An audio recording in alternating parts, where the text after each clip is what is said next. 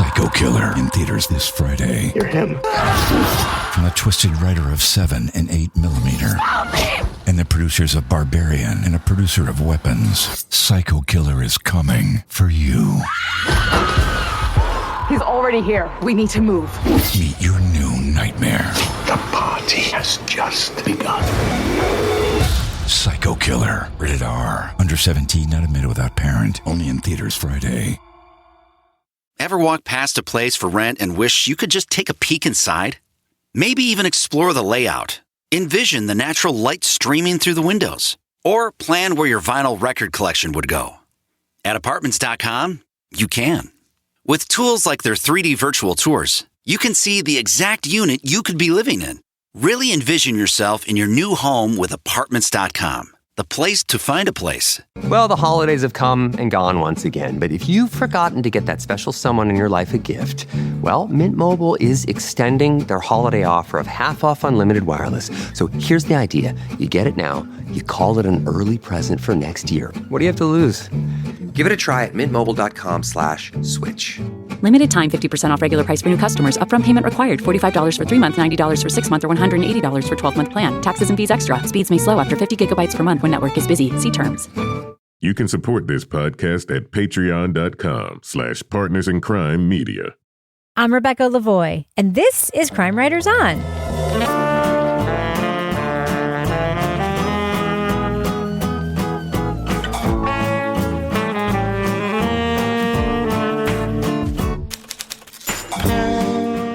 Crime Writers On is the original true crime review podcast that digs into true crime, pop culture, other podcasts.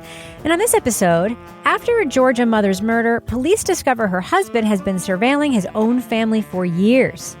He's captured every aspect of their lives on tape, except for his wife's disappearance.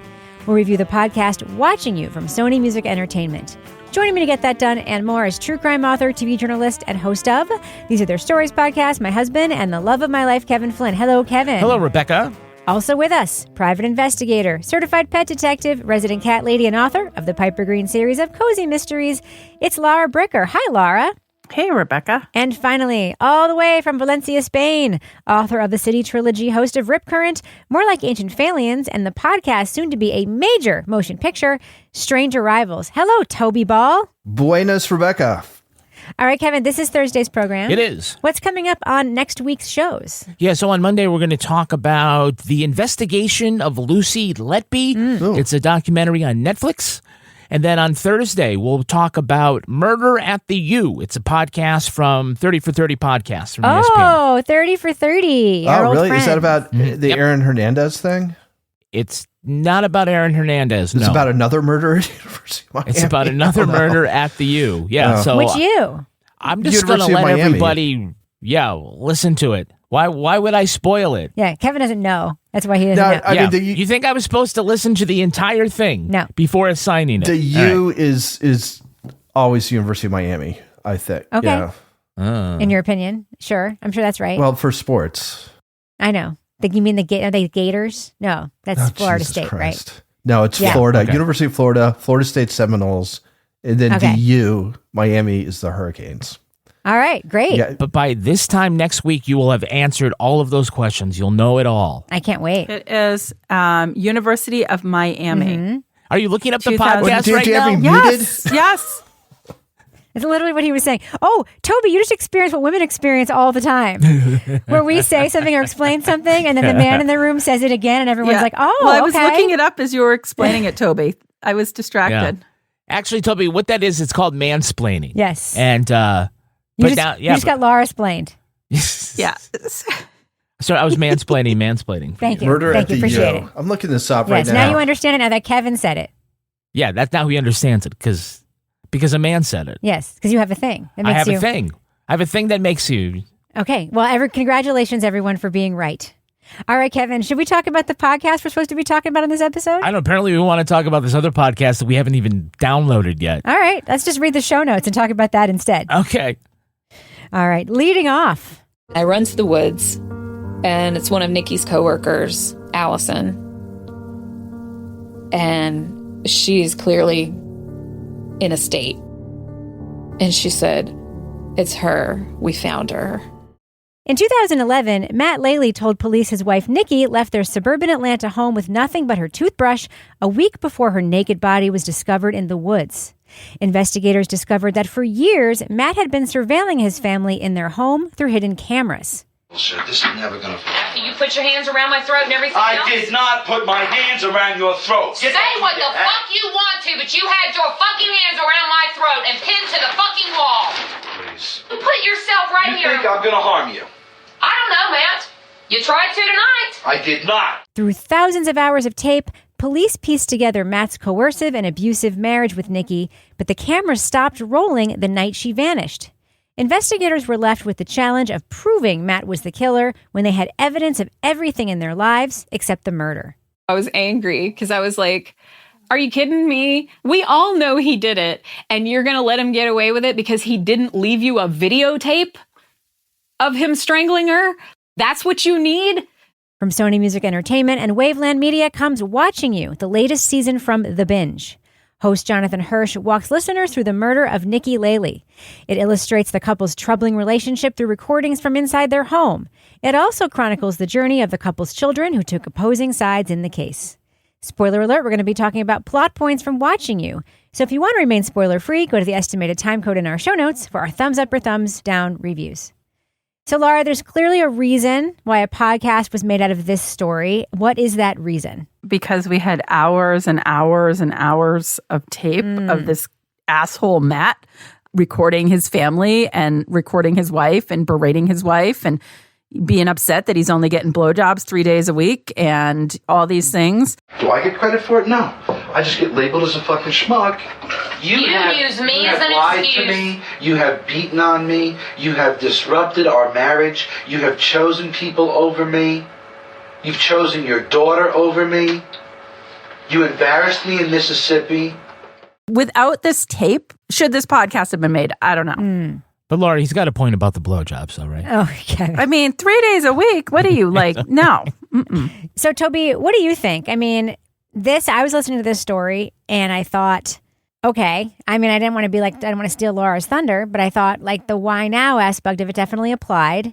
There are interesting aspects of the case for sure, but what are your thoughts about whether or not this podcast was a worthy enough story to be made into a series? Yeah. And again, like without minimizing the horrendous things that happened and the lives that people had to live in these circumstances, I mean, I just kind of felt like it was stuff that we'd heard before in more effective ways, you know, coercive control combined with sort of this insane, like technological surveillance, hearing from the children of these kinds of relationships and how, you know, their perceptions of what's going on are so manipulated and then how they kind of figure things out later. So I felt like all the pieces we'd already kind of heard and again in sort of more compelling situations. And I assume that what Laura was saying is right, which is, you know, you had all this tape and they also had access to the two daughters and the sister who were probably the best people that you'd want to interview in this.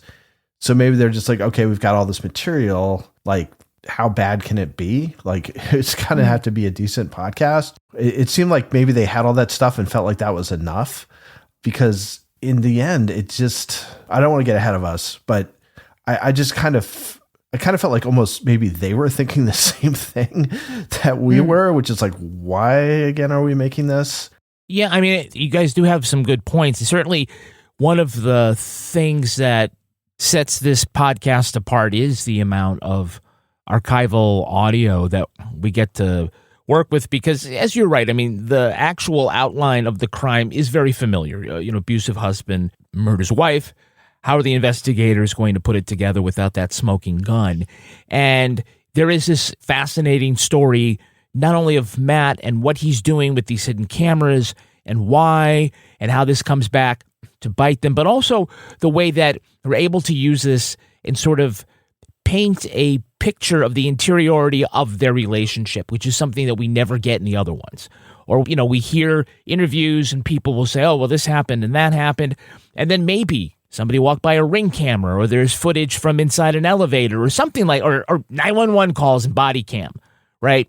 The fact that he recorded all of this stuff and made this record while it was somewhat helpful to the crime investigation, only in the aspect that it had everything but, which made that suspicious. It's a way to really put together and reconstruct what was happening inside their relationship so that one can see that. And you have to think about how many relationships out there, abusive relationships, coercive relationships, how many are just like this, but we won't know the details because they're not captured in this way. Yeah. So I think that's one of the things that makes this podcast sort of stand out above the other podcasts that have sort of gone down this road for this kind of, domestic murder. So that to me, I thought was what set this apart. And I think that was sort of the reason why producers are like, yeah, this is worth exploring. So I like the tape of hearing him be a super dick. I think it's really important for people to hear that kind of recording, especially a lot of people are in relationships like this and don't know that they're abusive relationships. A lot of people. The problem I had with the podcast is it never explained that. The dynamics of because I think that a shitty dude could listen to those tapes and say, oh, she's yelling back. Like she's in it too. But it's so clearly him being a controlling, narcissistic freak. And I feel like what's missing from the podcast, without having to be ham-fisted about it, is that look at the relationship that I actually think would be interesting to people and would be new to some people who assume that volatility is the norm. What do you think, Laura? No, absolutely, Rebecca. That was absolutely what I was going to say. I feel like we have a case study here in this abusive relationship, and let's break it down, because I said the same thing. They're going to hear her yelling back at him. So that's reactive abuse. That is when somebody's pushed and pushed and pushed, and then they react. But if you don't understand that dynamic, you're going to be like, well, she's just as bad as he is. And I feel like the opportunity here was to actually break this down, like you said, and have, again, not over the top, but have some sort of expert person coming in there to be like, okay, so when he does this, and here, when this is happening with the children, and he's calling from jail, and he's threatening to take away their phone from jail, and how the hell is he going to take away their phone from jail? Dad. I'm going to take away your phone if you don't do my YouTube channel and put up all my stuff. I need that by Monday. This is life or death. I need it by Monday for all videos. If you don't do it by Monday, I will take your phone away forever. Okay. This is my life. You understand? Yes, sir.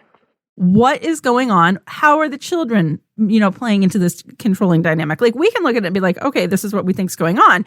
But I think so many times we hear this after the fact recounting of what happened. And here's an opportunity in the moment to break that down in a way that could shed some light on how these type of relationships play out and how people stay in them when clearly you're like, why didn't she just pack up her kids and leave? This sounds horrible.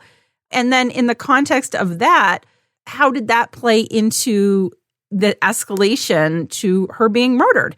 And then the role afterwards. So I think there was an opportunity to use that tape in a way that could have been more educational than just listening to it. Toby? I agree with you. I mean, I kind of felt, so there's a funny thing that goes on with this, which is you're told about all these, not even warning signs, but just sirens that should have been going off.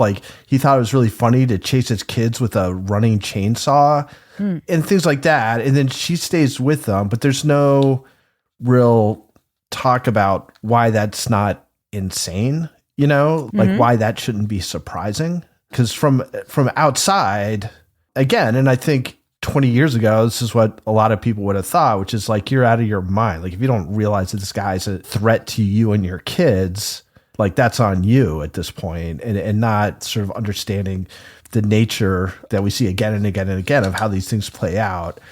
And then because of all this, and because they're not trying to make this dynamic understandable, I just kind of felt like the yelling and screaming stuff it's almost like pornographic, right? It's you're kind of getting this visceral sense of what's going on, but it's just all in service of isn't this horrible? And that it's horrible. I didn't have to hear that to know that it was horrible. So you're just playing it for effect was the way it was coming across to me. Like maybe I may be an outlier on this. Well, Toby, it is a cautionary tale to be listened to with caution. Wanted to let you know verbal abuse and domestic violence are a part of this story. It's a cautionary tale to listen to with caution. Yeah, I did listen to it with caution, to be honest with you. I had a great amount of caution. And for the listeners who don't understand that reference, that was said at the beginning of every episode. So it was although tongue in cheek, like that he was in on that joke, I think, right? You think so? I don't know. I don't know. Some of the writing in this podcast was pretty bad. I kind of came off. I thought they were in on that. If they weren't, that's unfortunate. I'm like, where's the editor to tell him that the plural of deer is not deers? Like, there was a couple moments like that where I was like, sheesh, what's going on over there at Sony? So, Kevin, what did you think about the substance and the use of the substance that we hear in this podcast, the substance of those recordings? Well, yeah, like I said earlier, I think it does help put brick by brick together on what kind of relationship this was. And there is, sometimes it did feel like it might be triggering to some people. I mean, there's one particular clip where, and I think even the host says, like, I think that he's striking her here, doing something to her, because they play that more than once in the podcast. And they do play it more than once. Here it is. This is a truncated version. So listen with caution. That's not what I said and how I said it, and don't take my words out of context. When we got in that goddamn car. God damn it. And so, yeah, I think that there's probably a lot like that. I think that they could have pulled in a couple more sort of regular slice of life stuff to kind of, again, sort of build the foundation and then go on top of it and not just have the worst moments. They was even recording the phone calls, which was weird. I think also we have to kind of talk about like maybe why this was going on, because I think there's probably more to it than just I don't trust people. You mean the recording? The recordings and the videos, and then the saving it. Yeah. The save, like, what do you need 1,000 hours of this for? Like, if you want 1,000 hours worth of content, you join us on Patreon. Yeah, we're in the business section. Because we have almost 1,000 exclusive episodes behind the paywall there at patreon.com/partners in crime media. And we will not surveil you. We will not surveil you. We just have the cameras and microphones are only on us. You'll get things like the Crime Writers On After Show, Toby Ball's Deep Dive Book Club podcast, our advice podcast, Married with Podcast, Something's Off with Rebecca Lavoie and Mel Barrett, and everything about the legal world, and Laura Bricker's exclusive Leave It to Bricker podcast, where Laura solves mysteries, or at least mysteries to her, in her quaint AF town of Exeter, New Hampshire. You can join us at the Let's Do What We Do level. You get all that plus episodes of Crime Writers On early and ad-free.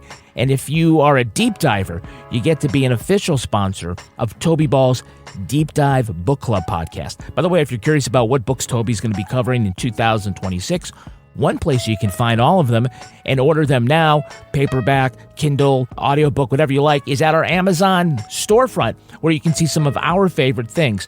So, Rebecca, when our listeners go to our Amazon storefront, what are this week's Amazon recommendations? Well, Kevin, you know how much I love doing the laundry, right? Absolutely. Who doesn't? And I mentioned this product briefly in the last episode, and I just really want to share it with you all now. I'm a big Shout color catcher fan. For those who don't know what a color catcher is, it's a little sheet, like a little, looks like a little dryer fabric sheet, softener but, sheet. Yeah. You throw it in the washer, though, with your clothes, and I usually throw 2 of them in. And it absorbs any colors that might run. So you will never have that problem again of this shirt, for instance, the green with the white collar. Like the color catcher, there will not be any green on this collar, even if the shirt was $8 at Old Navy. So yeah, I love me a Shout color catcher. I taught all my kids to do laundry using them. And you can buy them in bulk on Amazon. And Rebecca, you're going to start getting me all these recommendations so I can actually put them on the site, right? Yes. You're not just going to say it and then forget about it? I'll do it this afternoon, Kevin. There you go. And you're going to do it the following week and from now on? Yes. Okay, just checking. I will send you the links, Kevin. All right, super. And by the way, those are my breast implants. Oh, stop it. Again, you have to listen to the podcast to figure out what that reference is for. So we got that, but we also have listener-inspired recommendations. Toby Ball, what are this week's listener-inspired Toby Ball's deep cut recommendations? We're going to start off with Gia Labs Australian Tea Tree Essential Oil, 0.34 fluid ounces for hair skin diffuser, aromatherapy, and DIY candle making scent. Ooh. Make your own candles with this? Okay. Ooh. All right. Basically, anything can be a DIY candle set, right? If it's got a little sniff to it, Yeah, right? just get some wax and some CBD There you oil.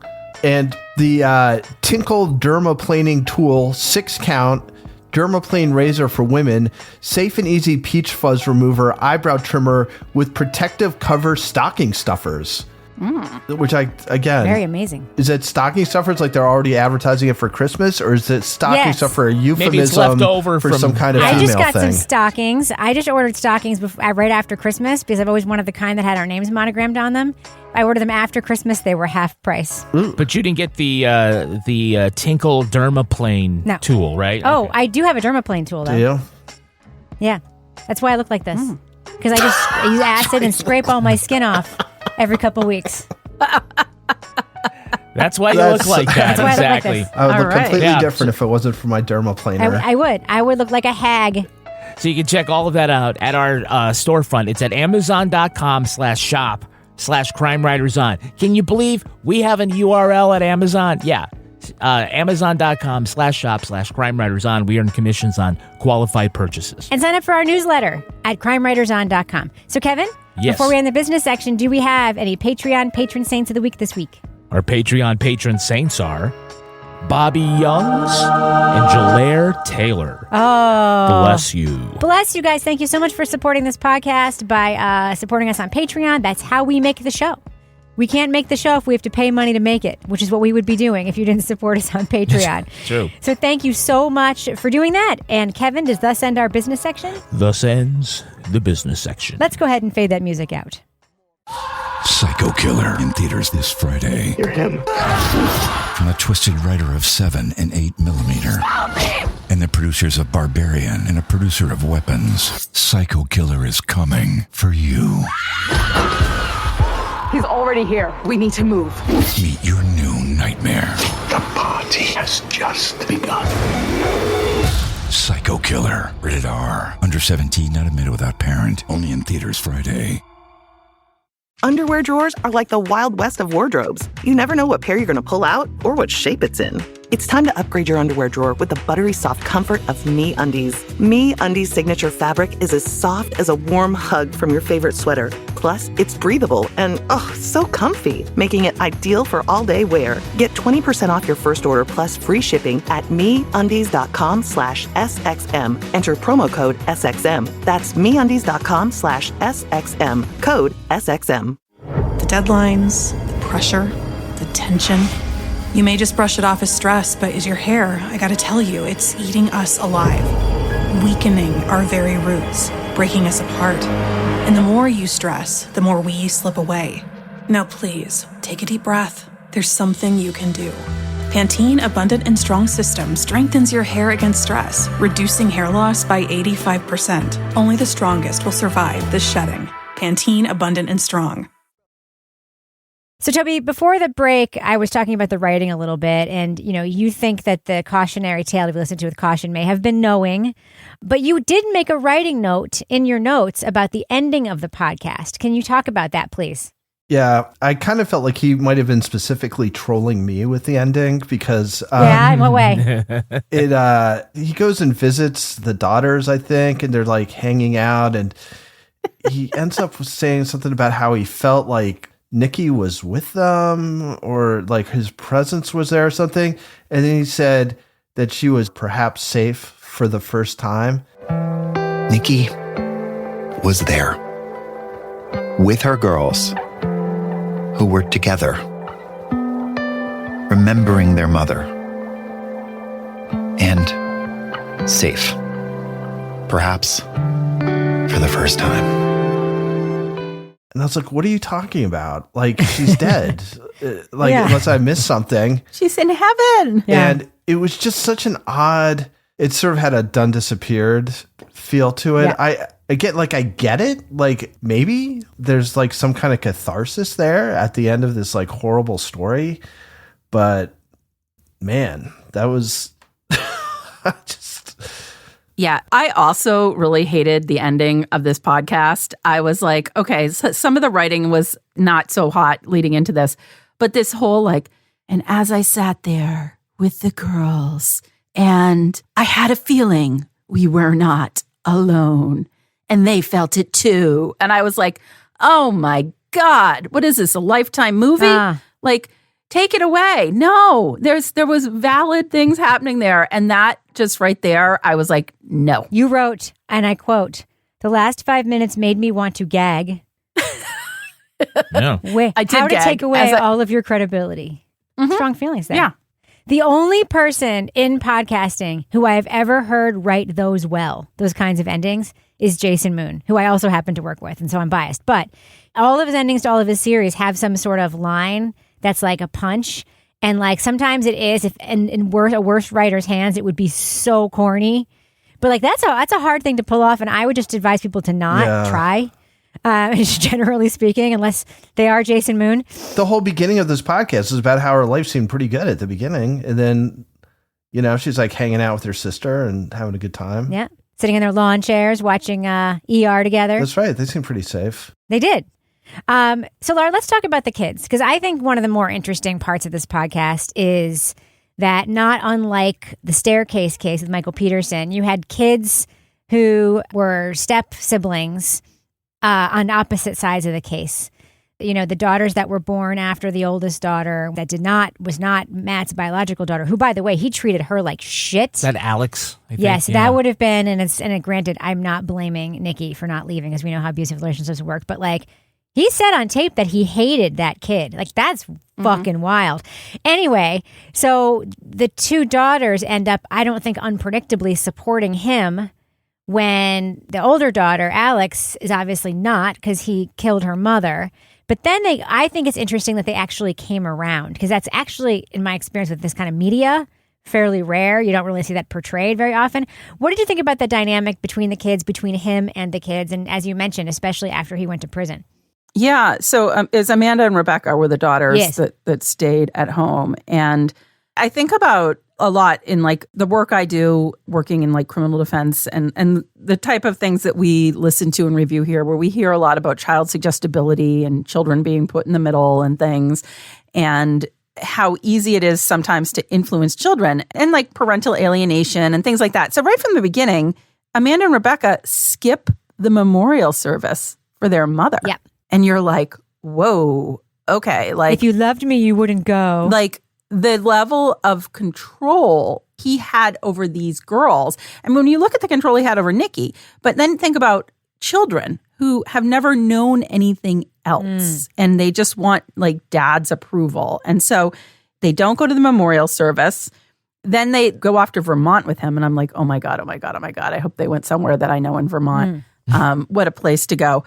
But when he's then calling from jail all the time, having them do these YouTube videos and like legal work, like kids, high school. But then you hear how things sort of evolve, and one of the girls kind of changes her tune. The other one still kind of, it sounds like at the end, has some sort of sentimental attachment to dad. But all three of them now get together and drink 2 bottles of wine and get shit-faced and have their sort of come to Jesus meeting where they talk about this. But I think what really kind of struck me is like hearing about that. And then you hear the one still saying like, well, I had like good memories of my dad. And how can I reconcile that? Because I'm pretty sure, he killed my mom. And I'm like, what? How could anyone have good memories of this guy? Yeah. Like, what are the good memories? Him ruining your school experience, calling you and making you do legal work? Yeah. Like, but that spoke to that level of control and how long that's going to take to correct and heal from if you're still having good memories about the person who killed your mother and who also did a lot of horrible things to you and treated you horribly and treated your stepsister horribly. But I think the fact that they were able to come together and try to talk it out was that, again, that's not something we hear a lot of. And a lot of times, like healing family rifts is really, really hard. And so good for them for being willing to sit down. But I just was really struck by the level of just deep psychological damage that is going to just take so long for those girls, they're women now, to, work through And it's going to take a lot of work on their part to kind of come out the other side of that. But I agree with Toby. That ending was I was like, oh my God.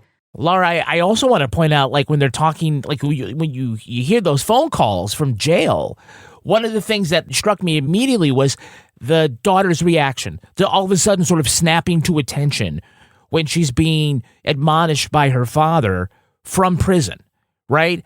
And, there's a chance he's never coming out. I'm going to take away your phone. But her reaction, and they sort of intimate that there was other kinds of abuse in the house. Like, I would not have been surprised if those children were struck or, not only witnessed the bad behavior and the violence and the whatnot with the parents, but also that they were victims of that. And they may not have ever said anything, or there might have been some concerns like about making those legal allegations because the guy had never been charged with that. But I sort of got that sense, whether or not that happened at all, like as far as like showing and not telling, that audio showed exactly the control and fear that they had of their father, even when he was so far away. I thought that was really interesting, and I'm kind of glad at the end they got together. It might have been written schmaltzy, but I think it was important because it certainly, sort of hopefully put like a narrative ending to this whole idea that the family split about this, because we don't hear about that a lot. And it happens a lot, I'm sure, when you have violence in the family. I mean, think about the fictional thing in Task, right? That was the central conflict within the home, was that you had this death and like, how do I deal with so-and-so? So is it possible that she has good memories of her father mixed in with all the bad ones? Yeah, a lot of people do. The question is, how do I deal with that? Do I say, okay, I have to let all of that go? Or can I say, I can accept the time we went to Disney World as being fun while the rest of it's horrible? I think that's a really interesting thing to think about. And, they posed it a little bit, but I don't think they went very far with it. Well, there weren't a lot of details in this podcast overall, right, Toby? No. It was weird. Like, at one point I was like, I don't know if they mentioned the people's last names at the beginning. Maybe they did, because they did later, but I didn't remember it. But they're just, just like, well, he moved to work for some kind of company, but they don't name the company. At first I was like, are they doing this to like protect the identities of people? But then I looked, and it's like all over the news. Like, this is like a big story wherever it was. So I just couldn't. There was a tape from her bosses calling the cops. Yeah. So I just, it just kind of felt like sometimes when I'm not like totally sure what I'm talking about, so I just talk about it kind of vaguely. Like, there are times in this where it kind of felt like, they were kind of yada-ing a little bit. And I didn't get it. Like, I didn't understand why they would do it. The only other thing I did want to mention, one other thing to sort of tack onto what Kevin was just saying, which is just exposure to violence. Like, children's exposure to violence is in itself kind of a form of abuse, right? It has psychological effects. And again, they don't really mention that in this, but it rewires the brain, right? Yeah. And I'm sure it has something to do with why they're still, attached to him or whatever, but it's, it's trauma, right? Mm-hmm. When you're seeing that kind of domestic violence on what seems to be a fairly regular basis, that's trauma that those kids are trying to process, or not processing at all.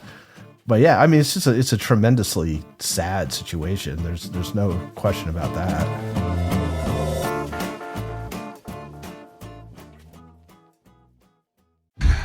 Based on a New York Times best thriller, comes 56 Days, starring Dove Cameron.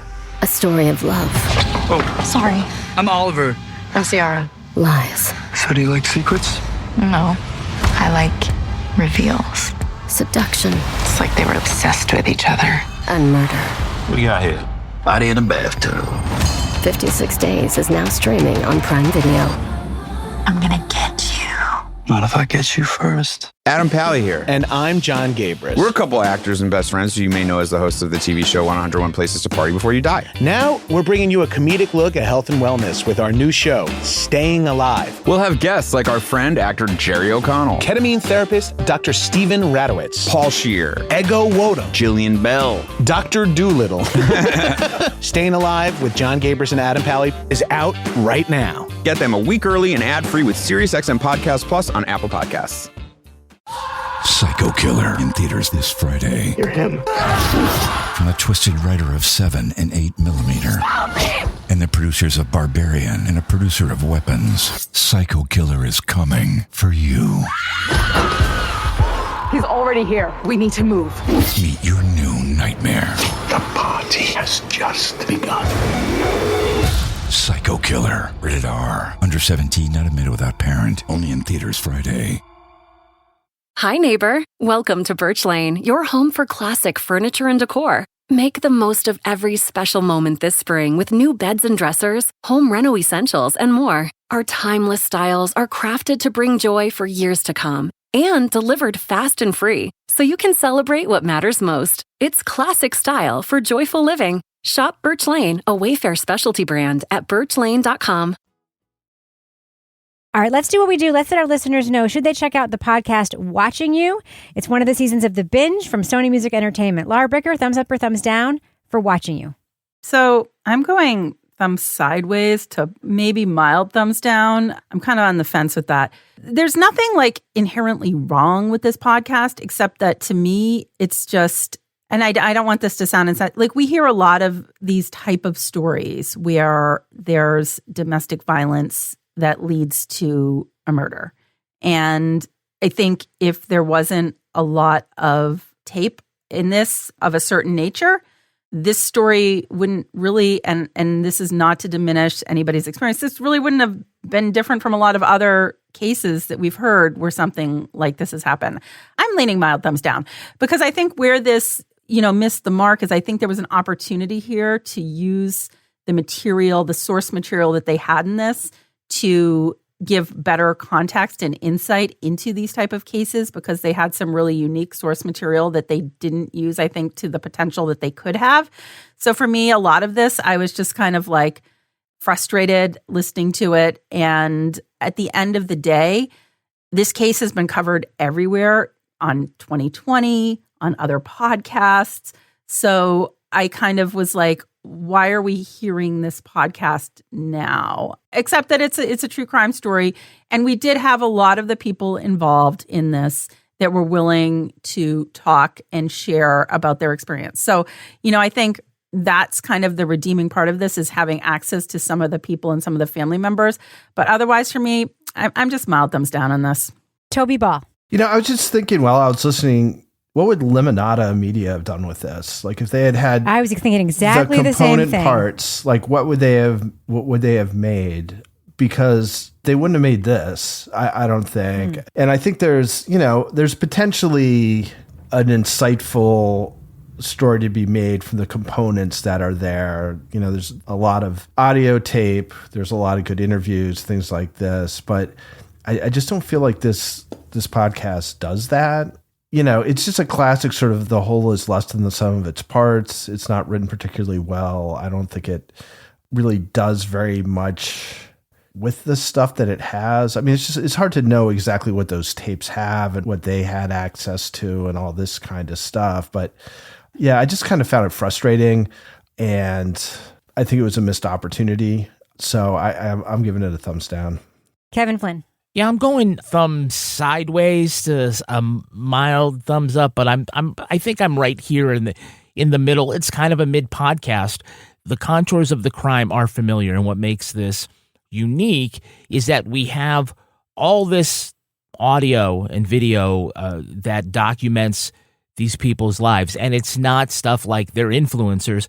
This is the dirty, uncomfortable, abusive times that color the way that we look at this relationship and why we think that despite what evidence is there, that this is the killer. That's not a spoiler. I think that it could have been, the audio could have been used a little better to do that world building and not just be a collection of all of the worst moments.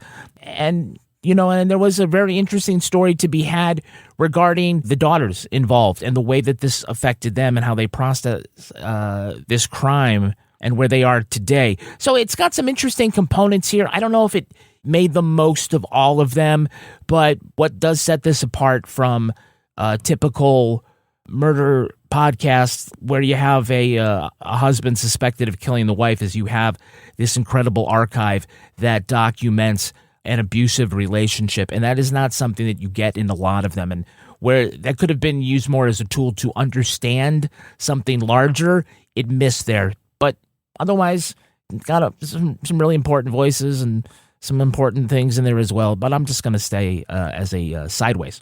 So just to balance out, Kevin, I'm going to go sideways as well, even though what I'm about to say is going to make it sound like I should have gone thumbs down. And I'll explain my sideways just very briefly. Mm-hmm. This podcast is not hard to listen to, and like I wasn't dreading listening to the next episode. So it's, you know, it sounds good, and there is important tape in it that I think some people need to hear. All that being said, let me talk about what I don't like about this podcast. I thought exactly of Limonada too, Toby, because I just kept thinking about the podcast Believe Her, about the Nique Leili case. And that podcast had some like very devastating details, some very devastating tape, and a sort of a portrait of abuse to serve a greater story, which was the wrongful incarceration of this woman who did everything right and was really let down by her community and law enforcement. There's a bigger story to tell here too. And I think the story is how this kind of relationship unfolds and happens. And we are shown it and told about it, but we aren't giving any understanding, or there isn't any insight to pull away from how can a beautiful, successful, breadwinning woman continue to, gets pulled into the cycle of abuse with a man like this who has all of like the narcissistic personality disorder symptoms or whatever it is going on with him. And the tapes really illustrate it, but the podcast does not do a good job of pulling the threads together. It's just like, look how bad this guy was. Look how bad this guy was. Look how bad this guy was. Look how wonderful she was. Look how wonderful she was. Look how wonderful. But there are complicated and difficult dynamics that go with that, including with the kids, including with blended family stuff, he is a very specific kind of abusive personality type that we see and hear about all the time, like the gaslighter. Oh my God, his gaslighting on tape was incredible. And in order to make this into a good story, I do think it needed like the Limonada treatment of understanding what is someone going to take from this that they can then think about and talk about, share, or learn from that illustrates something larger. Does not mean that Nicky's story isn't important enough to tell, but I think this podcast is a victim of the feeding the beast mentality. They have this thing called the Binge. It has something like, 19 seasons in it or whatever. They just need to pump out story after story after story after story. Like, okay, there's enough there to make this one 6 episodes. This podcast suffers from that, and it wasn't made for any particular reason other than to tell the story in a very flat way. So the only reason I'm sideways again is because there is some interesting tape in here that I think is worth hearing, and because I was not hate listening to the whole thing. I was only hate listening to some of it. So thumb sideways for me for watching you. All right, that's going to do it for us. But before we go, Laura Bricker, do we have a cat of the week this week? Thank you, Rebecca, for sending this one in to me. Oh. So I've already mentioned the cat at the Olympics who received the medal from his owner. But a quick-moving pet tortoise named Leo narrowly escaped a fire that engulfed her home in a now viral moment, and it was caught on Ring camera. So Leo the tortoise escaped a fire in her enclosure while its owners were away at a Super Bowl party. Leo's owners shared surveillance footage of her daring escape on TikTok, which has now gone viral. The fire was caused by a heat lamp gone rogue. So there's the lesson. You got to be careful with heat lamps. I'll say the video is incredible. And it's going to be a meme. Leo is 3-year-old reptile, crawls away and is like, dunk, dunk, dunk, dunk, dunk, dunk, like escaping the fire as quickly as possible, gets to the other side of the yard, didn't spread. And it's really quite a video because it's like an inferno behind this tortoise. And this tortoise had the wherewithal to be like, I am GTFO of this burning up shed and I am getting out of here. There is now a TikTok, Leo the homeless tortoise.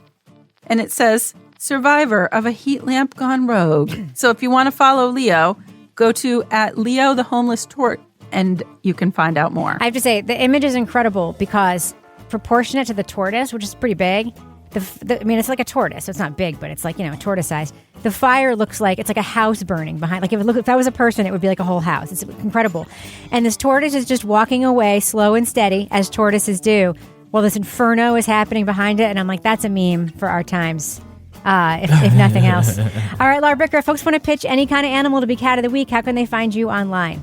You can find me at Laura Bricker on Blue Sky and Instagram. What about you, Toby? How can folks say hi to you? I'm on Blue Sky at TobyBallNH, and I'm on Instagram at TobyBall603. And listen to More Like Ancient Failings. We are talking about Oscar-nominated movie Begonia.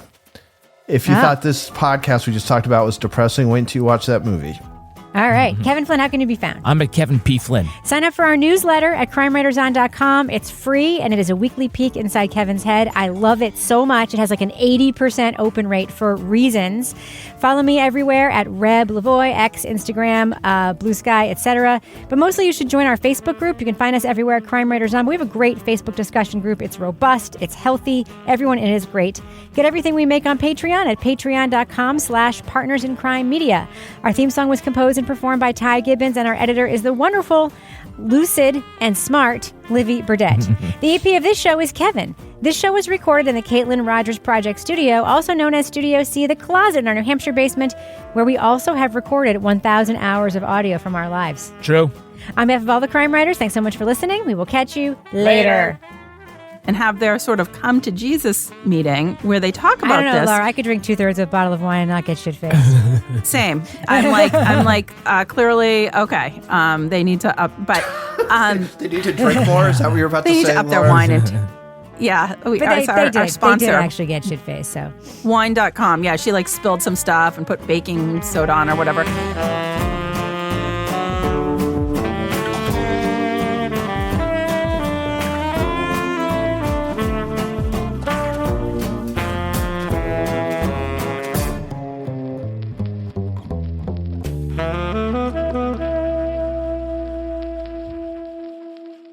Partners in Crime Media.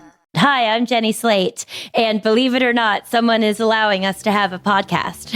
I'm Gabe Liebman. I'm Max Silvestri, and we've been friends for 20 years, and we like to reach out to kind of get advice on how to live our lives. It's called I Need You Guys. Should I give my baby fresh vegetables? Can I drink the water at the hospital? My landlord plays the trombone, and I can't ask him to stop. You should make sure that you subscribe so that you never miss an episode. I need you, girl.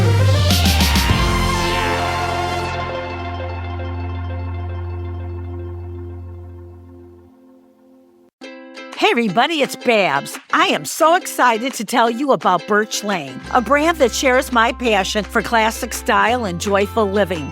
Their classic furniture and decor helps you celebrate it all, from big holiday gatherings to everyday moments at home. Each piece is carefully crafted and delivered fast and free so you can celebrate what matters most. Shop my hand-picked Birch Lane collection and more classic styles at birchlane.com.